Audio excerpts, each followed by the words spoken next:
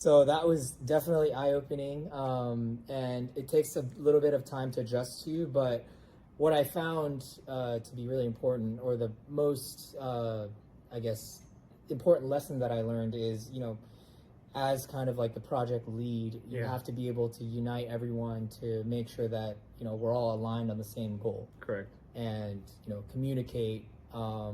Just kind of your project management skills, but also be able to speak their language as well, right? A lot of these guys are, kind of blue collar workers. They are pipe fitters. They are electricians. They're not your typical college educated engineers, and you can't come in with a mindset where, okay, I got this fancy chemical engineering degree from UCLA. I understand how all of these, engineering principles work, and here you go. You need to go do this, because that's really not going to fly well with them, right? These guys are, very, very experienced. They've been out in the field. They've worked on real systems, and a lot of the things you design in the office typically don't work like that in the field, in real life, right? You design it to the best of your capabilities, but once you're there, that's where the person who's actually doing the implementation, like, they realize that, hey, your temperature is 20 degrees off. So what's going to happen? Let's say you're working in a process condition where you're so close to either the boiling temperature or the condensation temperature that, like, you're actually having liquid in lines where it's supposed to be fully gas. How are you supposed to deal with that situation? And I think, as a field engineer, you get the perfect balance of understanding the engineering design, how to simulate it in a program, but also going out in the field and seeing what happens in real life. So that was extremely valuable experience, and really eye-opening, and humbling at times, because these guys who have just been working for so long under these conditions, who may not understand engineering drawings as well as I would, taught me so many lessons and were so patient with me. And I credit a lot of my career development to those guys, to the pipe fitters, to the electricians, to the foremen, to the superintendents who kind of handheld me through a lot of those work processes.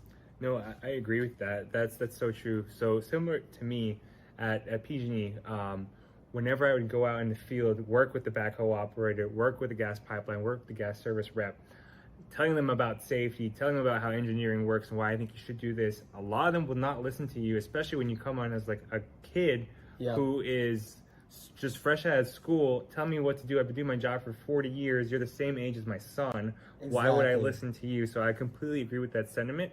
But being in the field, you learn so much about everything. It's completely different from the office. And I think if you're in a business where you actually have to go to the field, you will learn so much. So I guess I recommend anyone who is in a job where it's engineering, where you have to go into the field, or it's like an electric or utility company, go in the field, learn about your company, learn about the product you're actually producing, and you'll become such a better employee in person from doing that. Similar to kind of what Ryan had to do, going into Montana, figure everything out for himself at such a young age. It was culture shock for him, but he was able to adapt, grow, and create and complete deadlines from his perspective.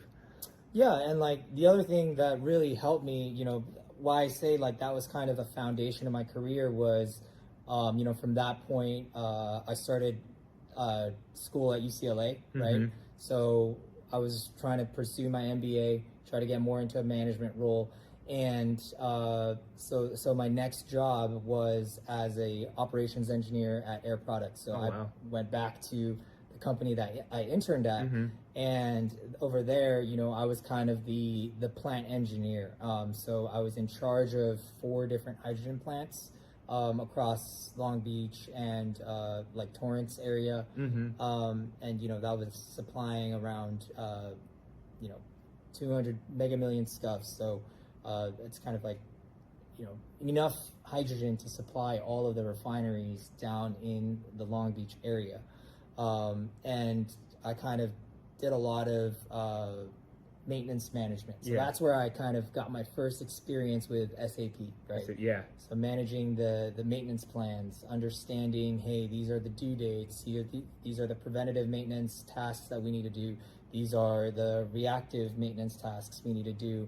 you know, kind of understanding the budget for every month, doing the billing. So, you know, it also played a little bit into account management, right? It's just understanding, hey, you know, we got to invoice these people, have to track the demand, as well as our production, and be able to, you know, de-bottleneck anytime there's a rise in demand, especially during like some of the summer months compared to the winter months. So I think that was kind of really valuable experience in being able to, you know, it's almost like a continuation of the startup and commissioning, because once you start it up, my previous job, you know, I started up, I'm done, I'm out. Whereas the operations engineer was more of like a process optimization, right? How do we get every single dollar of performance out of our plant? How do we get every single, you know, percent purity of our product?